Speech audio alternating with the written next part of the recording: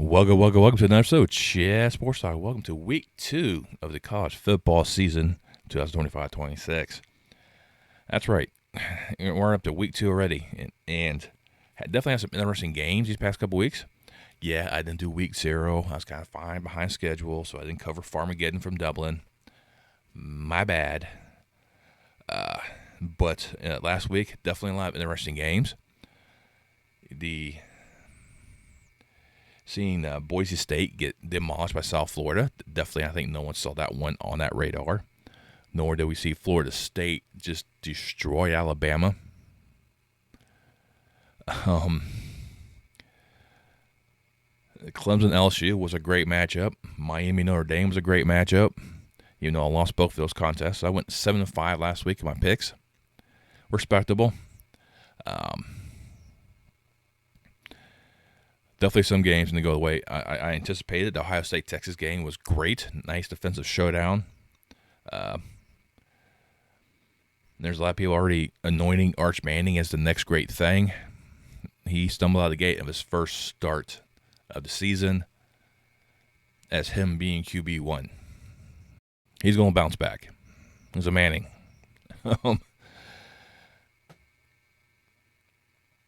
But, you know, looking at some of the other games coming up, it's going to be some doozies. I have 12 games on the docket. I've switched a few of these guys out from last time I did this. So, without further ado, let's just go ahead and just dive right into the first one I have picked for you. Now, that is Illinois heading over to Durham, North Carolina to take on Duke. Both teams right now are undefeated. Of course, it's early in the season. Illinois is ranked high at 11. Now seeing this much hype for Illinois in 20 years plus. So it's going to be interesting to see how these guys kind of go about this. Altmaier, you know, second year in the system, should have some decent passing yards. He already has 217 under his belt. Laffery, their bigger rusher at 101.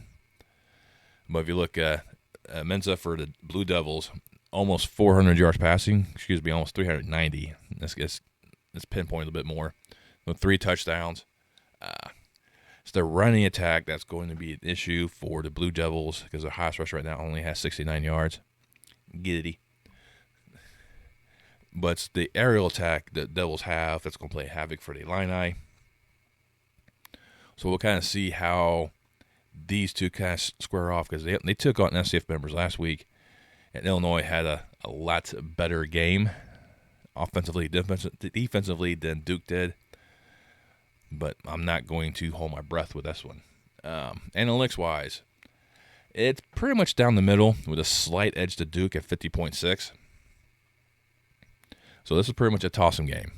But right now the spread, according to this time in this video, is at 2.5. With over-under at 49.5.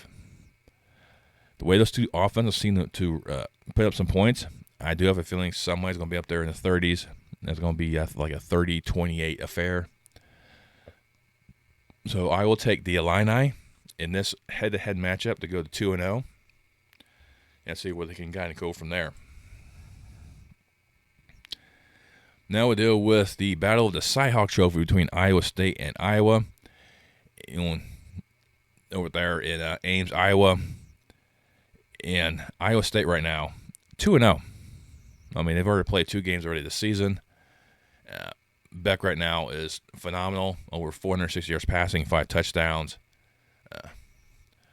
Gornowski really didn't do much in terms of passing. And that probably could be a problem for Iowa. But, you know, it's going to hamper things because, you know, Iowa used more than just their offense to generate those points.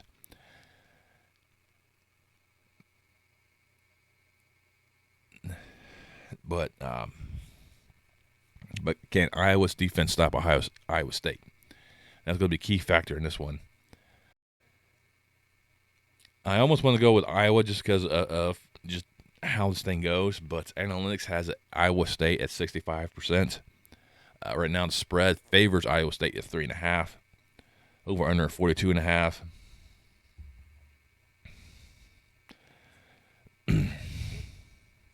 I know something tells me I should go with Iowa. And I could be just barking up the wrong tree. Maybe their offense will click in this time frame, but I think Iowa's defense is going to be a huge issue for Iowa State.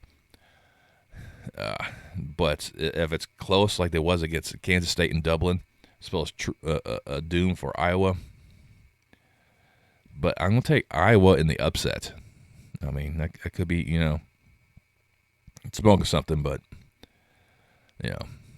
let's take a gamble, shall we? Now we're over to the Metroplex, where Baylor will come in and take on 17th ranked undefeated SMU. Now, Baylor had a hard time against Auburn. I mean, they were with them in the beginning, and all of a sudden their special teams just kind of blew it open, and Auburn just ran off with it. But Baylor was still able to put up 24 points.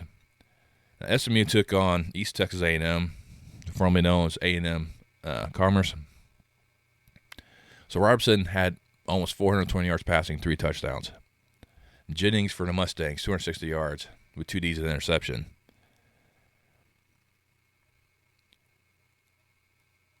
I don't know if it's going to be the same SMU team as it was last year that made that miraculous run, all the way to the ACC championship game in their first year in conference, make it to the playoffs.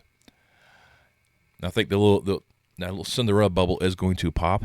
I think Baylor will bounce back after their disappointing loss to Auburn, and they'll go into Gerald Ford Stadium and knock off the Mustangs. We head over to the ACC in a huge matchup between 2 undefeated programs right now, Virginia and NC State. Both are 1-0. Both of them had wins last week, even though NC State's wasn't as admirable as it probably should have been, because they snuck past rival East Carolina 24-17, while the Cavaliers made short work of Coastal Carolina 48-7. AC Morris had over 260 yards passing, 2 touchdowns for UVA, while for the Wolfpack, Bailey had almost 320 yards with touchdown and interception. Running attack-wise, I'll lean more towards the Wolfpack on this one.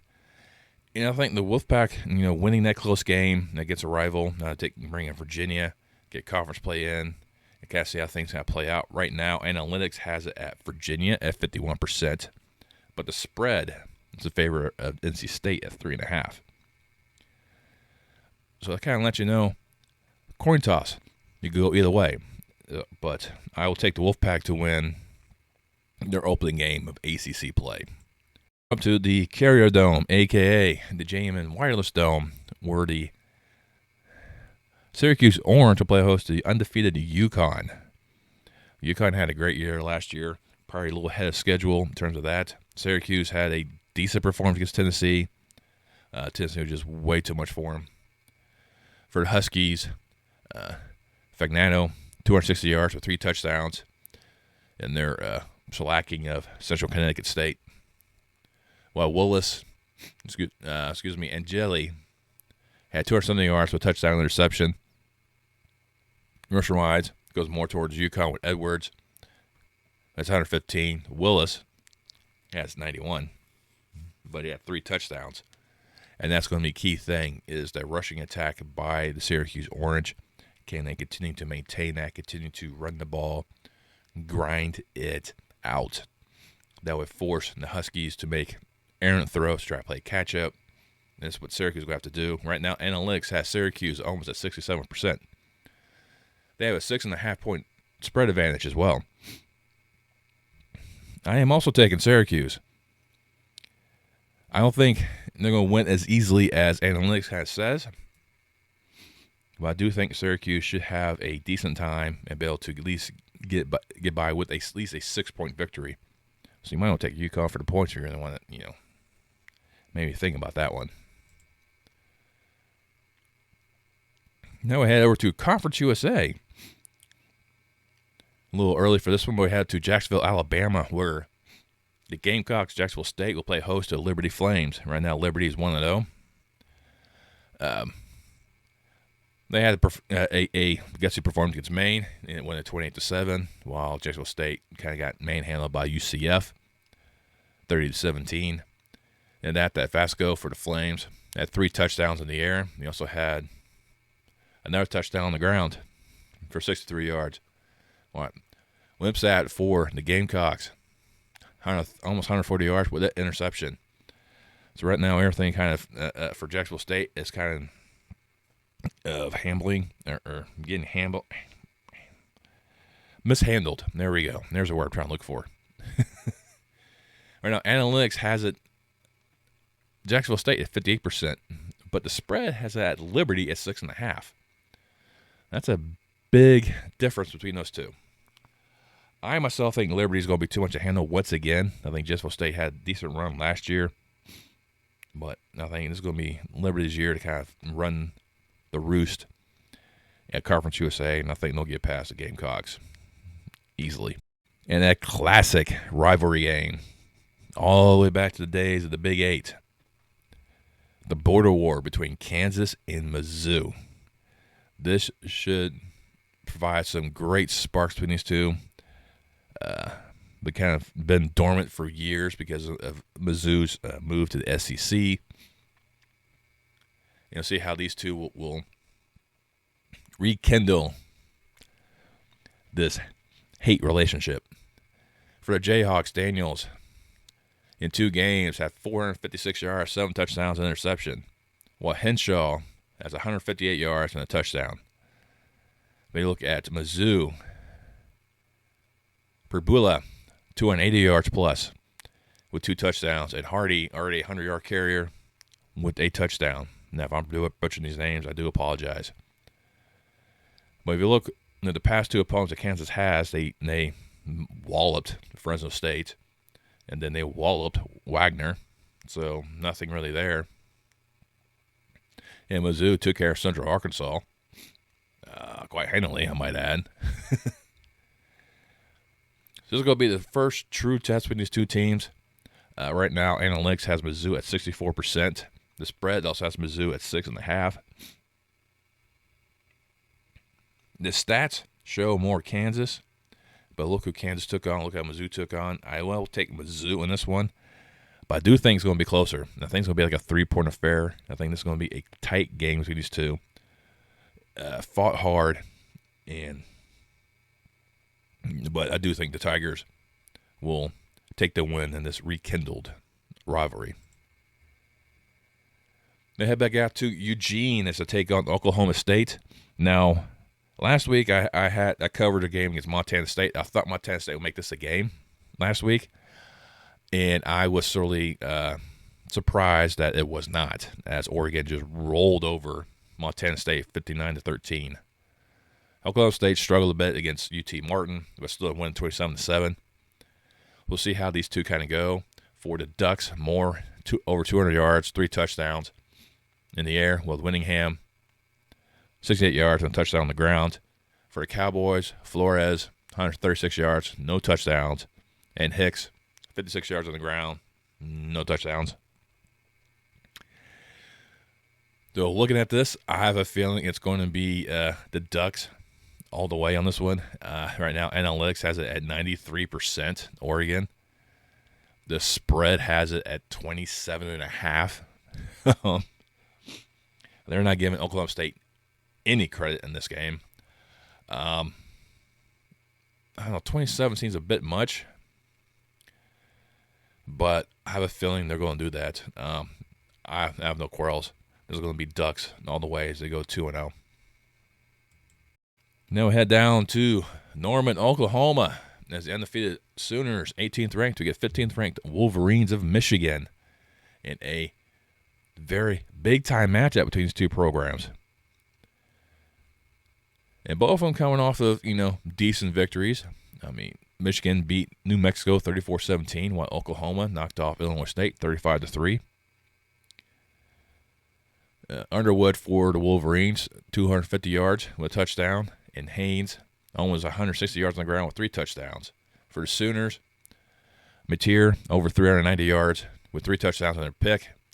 Blaylock Didn't really do much. So the Sooners' offense seems to be pass-centric, while Michigan's is run, and wearing down a defense. And I think that's what they were trying to do. Now, Michigan's defense will probably end up coughing up a lot of points, so you're going to see Oklahoma kind of dictate a lot of the action early with deep passes, but as long as Michigan sticks to the game plan and just wears down Oklahoma over time, run, and then hit him with some play action. But, see how that one kind of pans out. Right now, analytics has it Oklahoma at almost 54%. They also give the Sooners a 5.5-point advantage. Once again, like the Iowa State game, I think I'm just drinking something in here that I'm not sharing with anyone, and I'm taking Michigan to kind of go in Oklahoma, kind of surprise the Sooners. However, the Hokie Nation is Virginia Tech trying to bounce back over their disappointing loss to South Carolina, take on Vanderbilt. One of the key takeaways from that game is Virginia Tech's defense. They were tenacious. They were getting back there a lot to try to disrupt South Carolina, and credit to the Hokies' defense to try to do that. The offense has some sparks here and there, but towards the end of the game, it fizzled out. The Vanderbilt had a kind of easy game with Charleston Southern, so stats kind of look a little different. Now, Jones is going to have to worry about his interceptions because he had 2 picks last week, and that running game really needs to get going. But Pavia should be a thorn in the Hokie side if they can find ways to contain him better than they did against Sellers. Should be a good game for the Hokies. But right now, analytics has the Hokies at 63%. They also give them a 2.5-point spread. So now left towards Vanderbilt, but I think Vanderbilt will make this a game. That's why the point spread, I like that a lot. Well, I am going with Virginia Tech to win at home. They are to Starkville, Mississippi, as the Bulldogs will play host to 12th-ranked Arizona State. Now, this one should be kind of interesting. Leavitt for the Sun Devils, over 250 yards, 2 touchdowns on the pick, while Chapin for the Bulldogs, over 270 yards, touchdown, and interception. Pretty much even there. But if the Bulldogs can make, Leavitt try to beat him with the arms, with the legs as well, because he had 73 yards on the ground, 2 touchdowns. But Booth should, give the Sun Devils defense something to worry about. Both defenses coughed up a few points, so I do have a feeling this is going to be pretty close. Probably like a 31-28, 31-24 type of affair, somewhere along those lines. Right now, analytics is towards Arizona State at 54%. The spread is 6.5 for the Sun Devils. Right now, if Leavitt can stay healthy and produce what he needs to do, I think Arizona State should be fine in taking care of the Bulldogs. Head over to Las Vegas as the undefeated 2-0 Rebels take on the 0-1 UCLA Bruins. The Bruins just got demolished by Utah 43-10. And UNLV has put up points, but their defense is lacking. I mean, they struggled against Idaho State, and they had to wait till last, in the fourth quarter towards the end to finally win that game. They kind of struggled a bit against Sam Houston. And then they took it away, and then Sam Houston was able to come back. I have a feeling UNLV is trying to clear up a lot of that mess. Colin Andrea, over 440 yards passing total with 3 touchdowns and interception. While Amavalea for the Bruins, 136 with a touchdown and interception. But he looked out of sorts so much against that Utah defense. But if UNLV can pressure them like UCLA did, or what Utah did against them, against UCLA, I have a feeling UNLV should be able to do that. Right now, analytics has it UNLV at 73%. But the spread, it gives it to UCLA 2.5. Right now, I'm not seeing anything coming out of UCLA that really makes me think that maybe they'll have a shot. I think they will make it some of a game. It's going to be another close game for the Running Rebels, but I do have a feeling that UNLV shall get a huge win against UCLA at home to move to 3-0. Well, there you go. Those are my 12 matchups. We'll see how this one kind of transpires and kind of moves from there.